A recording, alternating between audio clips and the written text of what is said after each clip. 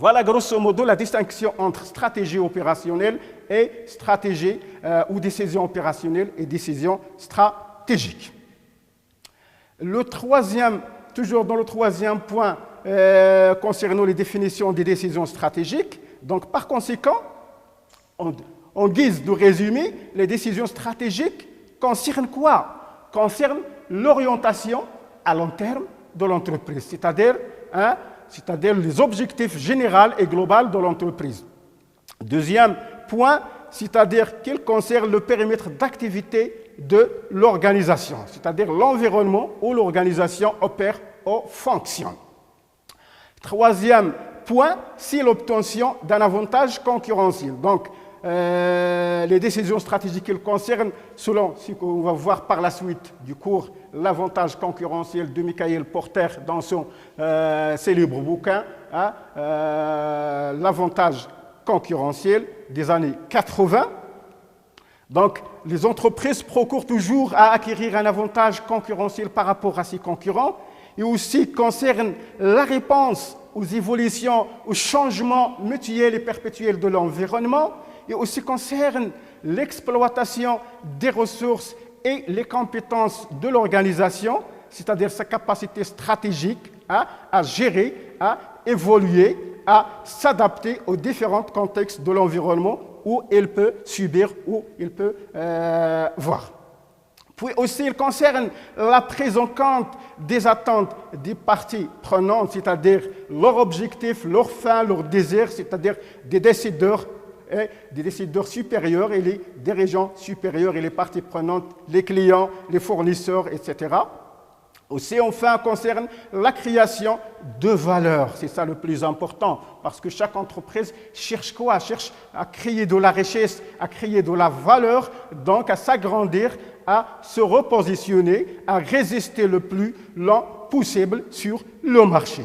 Donc la création de valeur au-delà d'ICO, en dépassant ICO, là on peut aller à aborder la notion des économies d'échelle, c'est-à-dire augmenter la productivité de l'entreprise par unité de temps ou par unité de surface, donc selon un modèle économique, comme vient de dire précédemment, économiquement difficile, imitable selon un modèle économique qui est difficile à imiter, à recopier par une autre entreprise, donc pour rester différencié par rapport à ses concurrents. Toujours dans les décisions stratégiques, ces décisions stratégiques donc, nous permettent de distinguer ou de les distinguer suivant un ensemble de caractères.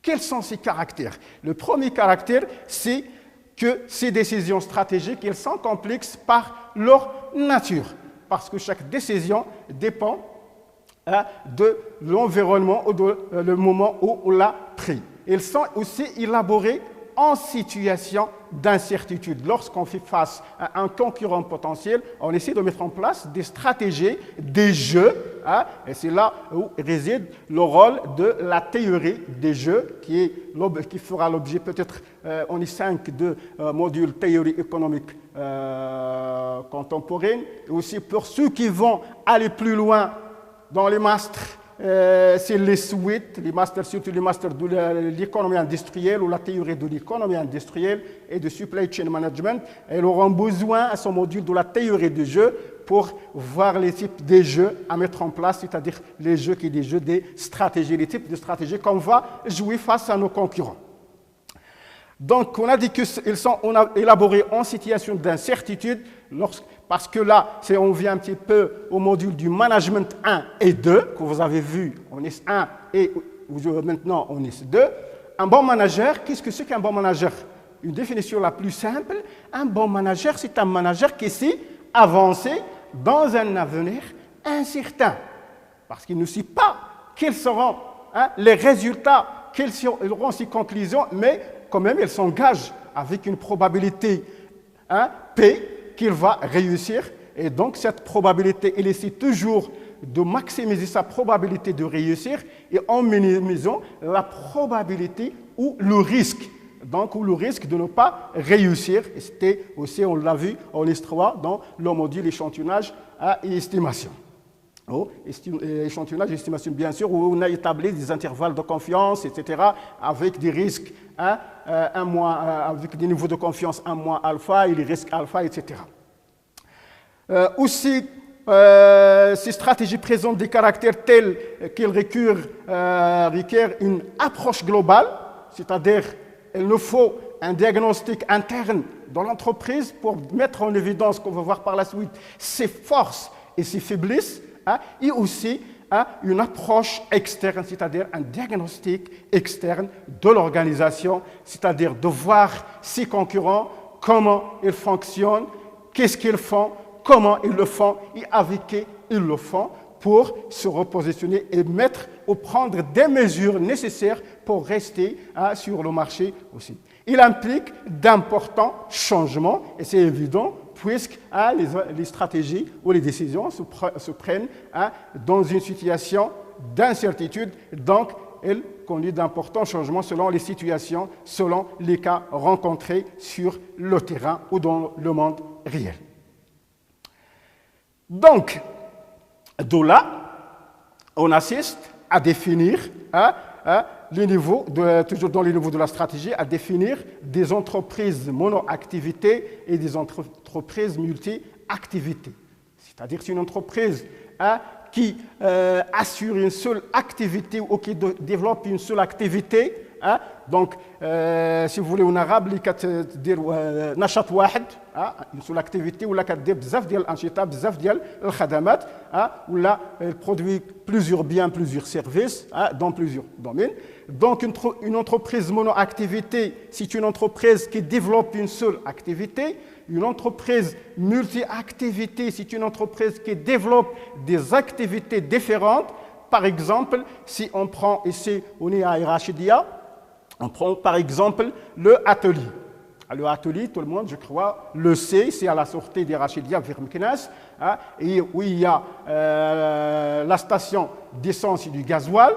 Ils font aussi de la restauration et aussi où il y a un espace atelier pour les familles, pour leurs enfants. Donc ici, on a 3 ou plusieurs activités. Il y a la restauration, et il y a la station d'essence et aussi du gasoil et de l'air, etc.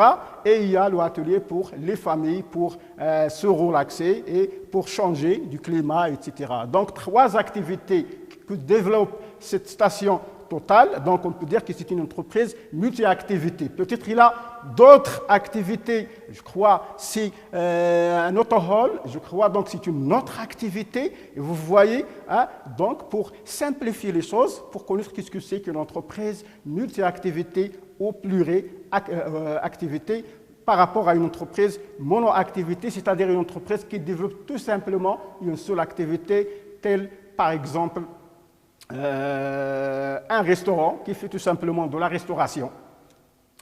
Donc, lorsque l'entreprise est multi-activité, elle définit à la fois sa stratégie globale. Donc, elle met en place son objectif global, qui sera sa stratégie globale, et aussi au niveau de chacun de ces domaines d'activité stratégiques, donc ce sont les DAS. Donc, il met en place une stratégie globale au niveau supérieur qui est l'objectif global de l'entreprise. Et au sein de chaque activité, il va définir ce qu'on va appeler, qu'on va définir tout à l'heure, des domaines d'activité stratégique ou tout simplement les DAS. Donc, à ce point, on assiste à 3 niveaux de stratégie qu'on va rapidement distinguer.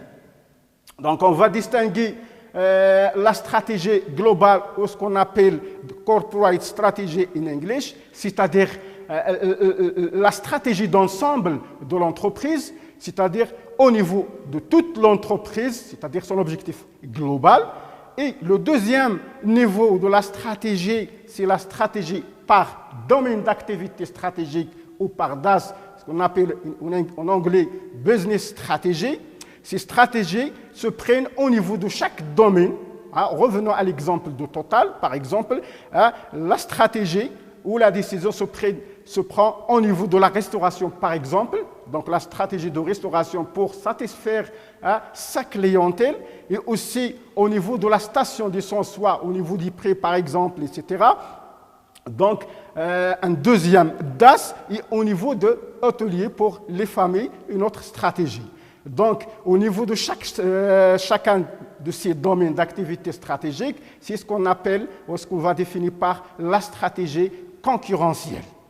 Aussi, il se base sur la position de l'entreprise, c'est-à-dire son positionnement face à ses concurrents pour un secteur donné, c'est-à-dire l'avantage concurrentiel. Elle va se montrer comme, va mettre en évidence sa compétitivité face à ses concurrents. Donc ces termes, on va les voir un peu plus loin dans le cours lors de la démarche stratégique. Aussi, le troisième niveau, c'est la stratégie opérationnelle. Donc, on a passé du niveau global, corporate stratégie, la stratégie d'ensemble de l'entreprise, à un niveau DAS, en descendant au segment stratégique de l'entreprise, c'est-à-dire à l'intérieur de la même entreprise, chaque domaine d'activité stratégique à mettre en place les stratégies nécessaires. Et en arrivant à un niveau un peu plus bas, c'est la stratégie opérationnelle, c'est le niveau, comme l'a défini Igor Ansoff, où là se réalisent des plannings, des plans d'action et les plans et d'autres choses. Donc à ce niveau, elle détermine comment les différentes fonctions de l'organisation, telles que le marketing, la production, la distribution, recherche et développement, etc., déploient effectivement, met en œuvre effectivement les stratégies au niveau global et au niveau des DAS. Donc, parce qu'on a dit que la stratégie opérationnelle, elle est conditionnée par la stratégie globale, par le niveau stratégique de l'entreprise. Donc, à ce niveau-là, donc, on a dit qu'elle détermine comment les différentes fonctions de l'entreprise, telles que la fonction marketing, la fonction production, et la distribution aux clients, etc., au niveau de ces laboratoires de recherche et développement pour l'innovation, pour acquérir de nouveaux brevets, etc., déploie, met en œuvre effectivement les stratégies au niveau global et au niveau des domaines d'activité stratégique.